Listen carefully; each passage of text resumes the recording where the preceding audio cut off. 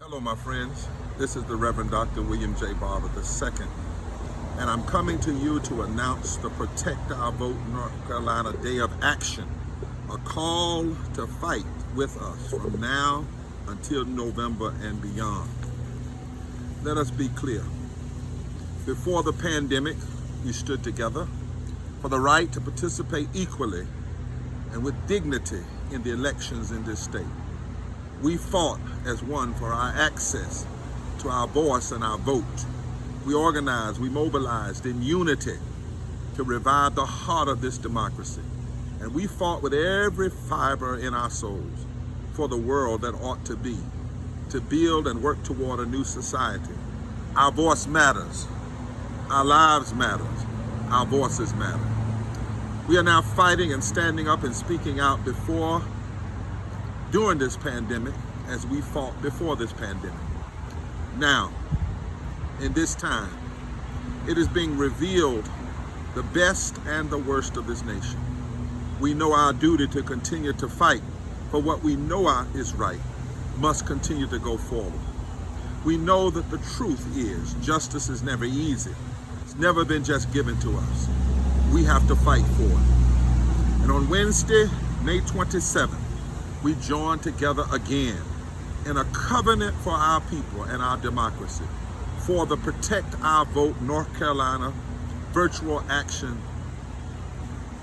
We are coming together for the heart and the soul of North Carolina's democracy.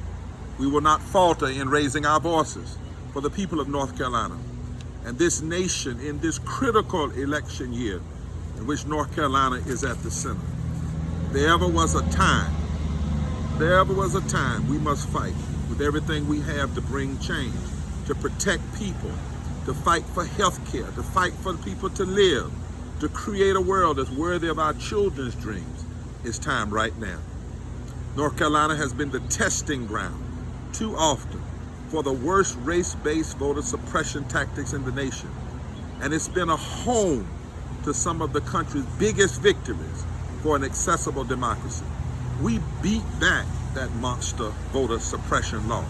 We fought back and we defeated the worst redistricting we've seen since Jim Crow.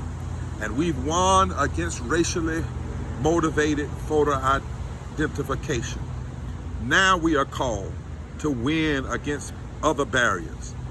Those that are trying to use this pandemic of a virus to create a pandemic of denying voting rights. We cannot allow them to use this pandemic for political gain. All eyes are on North Carolina. We know we are the model of the nation. In 2020, even in the face of natural disasters and this unprecedented disease, North Carolina will expand and widen the electorate in this state. This will be a third Reconstruction election. The people will make their demands for change heard at the ballot box and their sacred and constitutional right to have a say over what policies govern their lives. You know, when I think about this pandemic, but for who's in office in the legislature, we would have the Affordable Care Act in this state. We would have a living wage.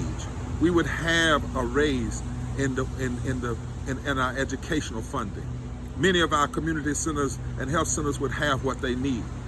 Not having those things are choices by far too many people who think they run this country politically, but they don't care enough about the people who really run this country, the poor and the low income who fight hard every day.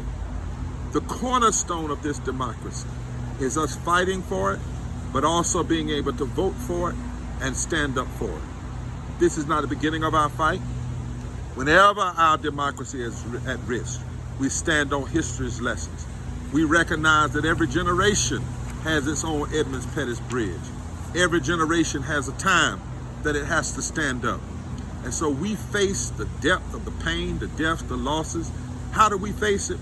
We say that for all of those whose breaths have ended, for all of those who have died because of this pandemic, and because of political choices that made so many of these deaths unnecessary, we will use our breaths now to breathe and continue to breathe more justice into the society. Some of us are asking the question, If we had 48 hours to live, 48 hours for our last breath, because it could happen like that. You think about mortality in this moment, it could be 48 hours and any of us could be on a ventilator. And so what we are saying is, in this moment, when it's possible to have only 48 hours of breath left, we ask the question, how would we use our last breaths if we knew they were soon coming? And many of us are saying, in honor of those who died, in honor of those who've gone on, we will use our breaths to fight for justice. We'll use it to fight for love. We'll use it to fight for mercy. Now, I'm out here today, and you don't see me with a mask on because the person that's with me has a mask on, and I'm talking to you on this video, and they're way away from me, and we're out in the open. But when you're around people, wear that mask. Cover yourself. Make sure that you do. Everywhere I go, I have on a mask. Everywhere I go, I'm concerned about protecting other people. Everywhere we go, we need to do what we can, stay in place, stay alive. But we also need to organize, and we don't need to believe the lies. So I'm asking you to stand. Stand and fight. Stand and fight for the heart and soul of this democracy, and join us. This is Reverend Dr. William J. Barber II, President of Repairers of the Breach, and co-chair of the National Poor People's Campaign, a national call for moral revival. God bless you.